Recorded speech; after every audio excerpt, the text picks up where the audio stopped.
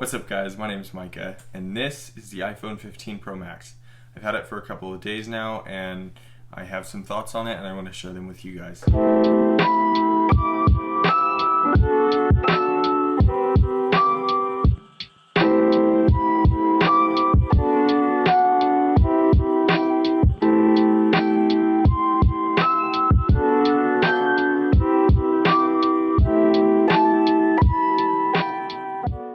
So the design is nothing new, even though Apple does call it an all-new design.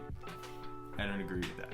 But it is a refined design, I would say. Maybe slightly refreshed. I don't know.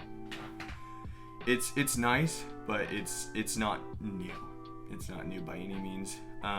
It looks pretty much just like the 14 Pro, but I do like the titanium on the sides. The titanium is very nice. So it's going to be stronger and it's going to be lighter. So I'm not going to test its strength, but it is most certainly lighter than what I would have expected it to be if it was stainless steel. I upgraded from a 12 Pro, not a 12 Pro Max, so just a 6.1 inch. And you know, obviously this is the 15 Pro Max, so this is going to be 6.7 inches, and it's not lighter than the 12 Pro, but it is lighter than what you would expect for this much of a size increase. So that is going to be super nice. Yeah, so let's talk about the color. I love this black titanium. They have a really nice looking blue titanium, a white titanium, and the natural titanium that is extremely popular. I'm kind of a basic person. I like to go with the black colors. I mean, as you can see right now. But yeah, I do really love this color. And people talked about it picking up fingerprints, and I'm not noticing it too badly. I've been using it in a case, but yeah, I wouldn't mind going caseless with this. It looks super clean, looks super sleek too. So I'm a huge fan of this design, and you know, whether or not it's cheaper, it's maybe going to be more durable. I do like the look significantly better than that very, very polished stainless steel. So it's not perfect, but it's pretty close.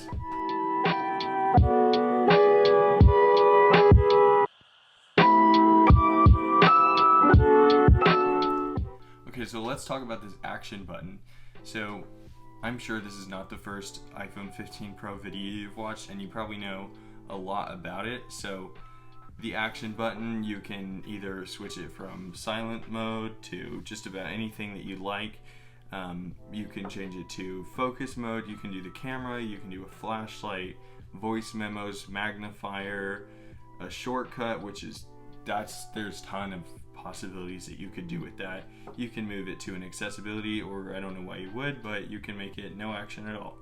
So I have mine set to the camera. I think that's just super easy. All you have to do is just press it and boom, there's the camera open.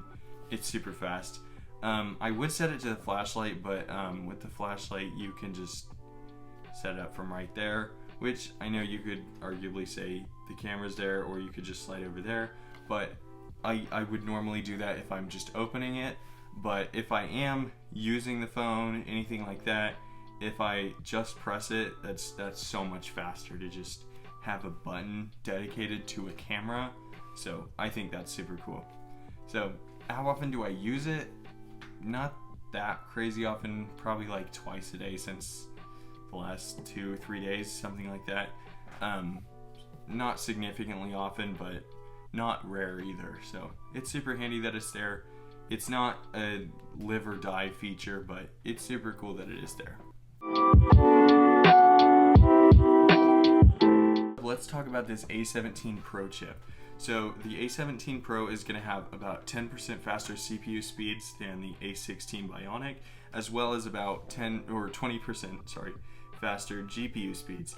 So and it has, I believe they said 19 billion transistors, so pretty impressive specs on this phone, on the chip. So they also now say that this phone can support AAA console level games.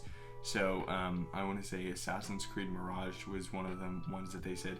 I'm not personally a gamer, but that's pretty impressive that you can do that on a phone now, instead of like having a whole full-on console. I think some people compared it to about a PS4, so not super new, but you know, not bad for a phone though, that this size as compared to a full console. It also has ray tracing now. So this phone, if you don't know what ray tracing is, it's basically a program that makes just guesses how light would reflect off of different surfaces in like a game or something like that. So for people that do play games, that's going to be really nice.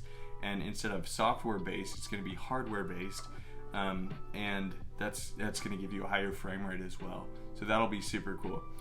That's pretty much the main thing for this chip.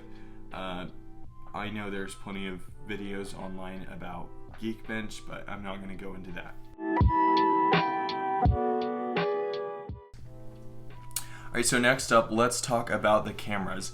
Now this is going to be probably the largest section of the video, so I'm going to break it into two parts. We'll do the main camera, number one, and then the telephoto camera.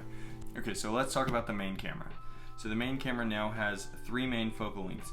So you're going to have 1x zoom at 24mm, I believe, and then you can do tap it again, and it's going to be 28mm at 1.2x zoom, and then you can do tap it again, 35mm at 1.5x zoom.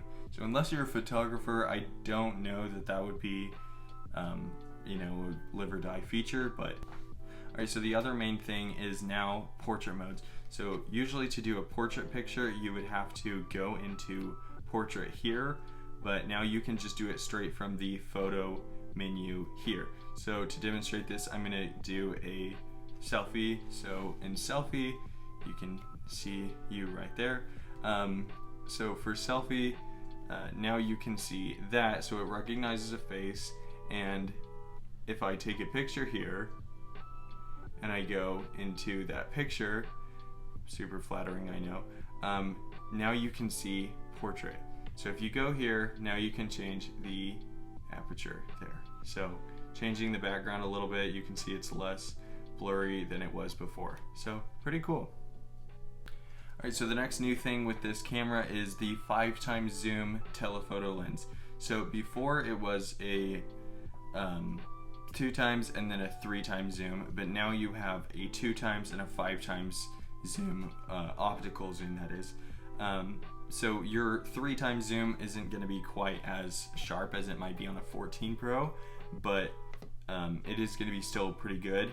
It's going to be using that 2x zoom, optical zoom. So when you're doing anything between 2 up to 5x, it's not going to be perfect, but once you hit 5x, it should clarify and make it look a little bit cleaner. So that's super cool that they have that.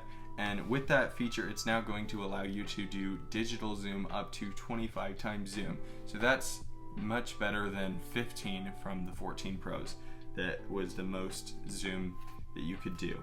So pretty cool that they have that. I don't know how often people are zooming in super far, but it's super cool that you can do that.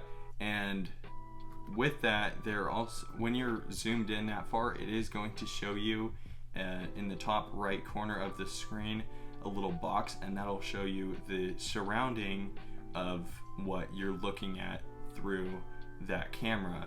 So if you're tracking something, like if you're trying to take a video of a bird or a picture of a bird flying, and you're super zoomed in, then that is going to show you where it is, maybe if it gets out of frame, and it's going to show you where you can move it.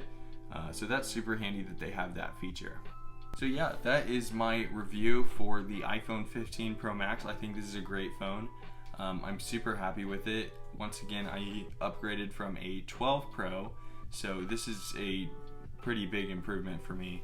I'm getting used to the size because that is ½ an inch larger screen, so getting used to that. But I'm loving this phone. It's great.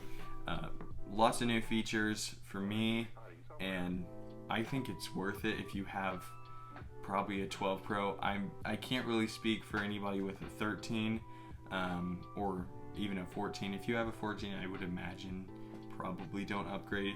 I think on average people upgraded their iPhones right at about 3 years. So if you have a 12 series, you know, or especially older than that, you know, if you're interested in this, it could be a really big upgrade for you, and maybe, you know, well worth it.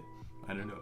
It depends on everybody's situation. Everybody's different, but I think it's quite a good investment for me, and I think I'm gonna enjoy this. Thank you guys so much for watching. I hope you have a great day.